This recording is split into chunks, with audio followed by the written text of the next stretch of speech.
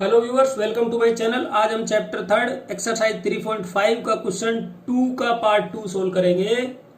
हमारा क्वेश्चन है for which value of k the following pair of linear equation have no solution. अर्थात नीचे दिए गए रेखीय समीकरण युग्म, ये हमारे रेखीय समीकरण है, पेयर है ये। नीचे दिए गए रेखीय समीकरण युग्म में के की वैल्यू क्या पुट की जाए कि उस रेखीय समीकरण युग्म का कोई भी सॉल्यूशन नहीं हो। तो हमने ये पिछले चैप्टर्स में, पिछले एक्सरसाइज में पढ़ा है कि यदि किसी पेयर ऑफ लीनियर इक्वेशंस का कोई भी सॉल्यूशन नहीं होगा तो उस पेयर ऑफ लीनियर इक्वेशंस के कोफिशिएंट्स का वो क्या होगा, रेशियो। यहां पर लिख लेते हैं a1 upon a2 is equal to b1 upon b2 is equal to but not equal to c1 upon c2। अर्थात यदि ये कंडीशन होगी रेशियोज के इन दोनों के कोफिशिएंट्स की, तो यह पेयर ऑफ लीनियर इक्वेशंस कोई भी सॉल्यूशन नहीं रखेगा। अर्थात इसका ग्राफिकल रिप्रेजेंटेशन करेंगे तो यह पैरेलल लाइन शो करेगा।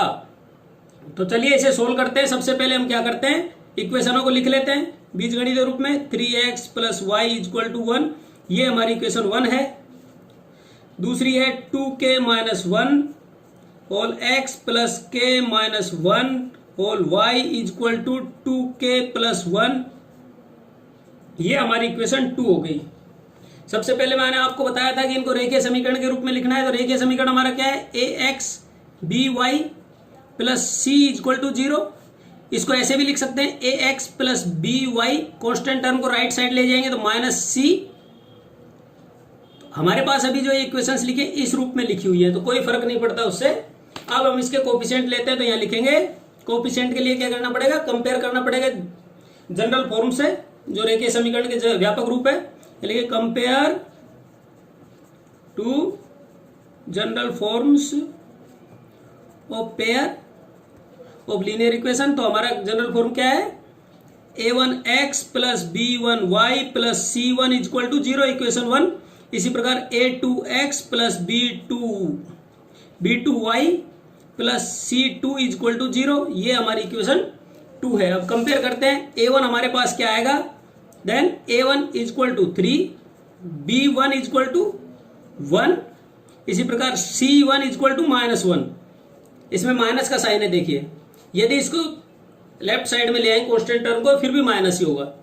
ठीक इसी प्रकार a2 इजक्वल टू x का कोफिशिएंट क्या है, 2k माइनस 1 ब्रैकेट में। इसी प्रकार b2 y का कोफिशिएंट आएगा k माइनस 1। ठीक इसी प्रकार c2 माइनस का साइन c साथ में, तो ये माइनस 2k प्लस 1। ये हमने a1 a2 b1 b2 का कोफिशिएंट ले लिया। अब हम यहां पर लिखेंगे इसके रेशियो क्या होंगे, ratio a1 upon a2 is equal to 3 upon 2k minus 1। ठीक इसी प्रकार b1 upon b2 is equal to 1 upon k minus 1। ठीक इसी प्रकार c1 upon c2 is equal to minus 1 upon minus 2k plus 1। बराबर, माइनस से माइनस कैंसिल हो जाएगा, ये हो जाएगा 1 अपॉन 2k प्लस 1। ये हमारे पास रेशियोज आ गया। अब हमें कंडीशन क्या दी गई है कि यह रेखीय समीकरण के युग्म का कोई भी हल नहीं है। तो हम यहां पर लिखेंगे if this pair has no solution. इस रेखीय समीकरण युग्म का यदि कोई भी हल नहीं है तो हमारी कंडीशन क्या है, मैंने आपको क्वेश्चन के पहले ही बताया था। ये कंडीशन हो गई a1 upon a2 is equal to b1 upon b2 but not equal to c1 upon c2, यही कंडीशन होगी। तो हमने ये रेशियोज को कंपेयर करके लिखा, कोई भी सॉल्यूशन नहीं है उस कंडीशन में। तो अब हम यहां क्या करेंगे, इनमें कोफिशिएंट्स की वैल्यू पुट कर देंगे। यहां लिखेंगे put the value of coefficients. Coefficients की वैल्यू करेंगे तो a1 का मान हमारे पास क्या है 3, a2 का मान है 2k माइनस 1। इसी प्रकार b1 का मान हमारे पास है 1, b2 का मान है k माइनस 1। ठीक इसी प्रकार c1 का मान है हमारे पास 1 और c2 का मान है 2k प्लस 1। बराबर। ये k-1 है। अब हम k की वैल्यू ज्ञात करने के लिए क्या करेंगे, इन दो टर्म्स को कंपेयर करेंगे। कंपेयर क्या, इक्वल टू लिखेंगे कि व्हेन, यहां पर लिखते हैं when 3/2k-1 is equal to 1/k-1, अर्थात जब 3/2k-1 बराबर है 1/k-1 के, तो क्रॉस मल्टीप्लिकेशन करेंगे हम इसको। तो क्रॉस मल्टीप्लिकेशन में हमारे पास आएगा 3, ये टर्म इससे मल्टीप्लाई हो जाएगी, k-1 इज इक्वल टू 1 से 2k-1, सिंप्लीफाई करते हैं तो 3k-3 is equal to 2k-1।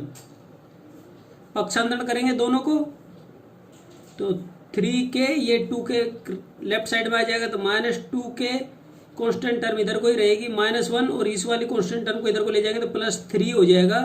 Then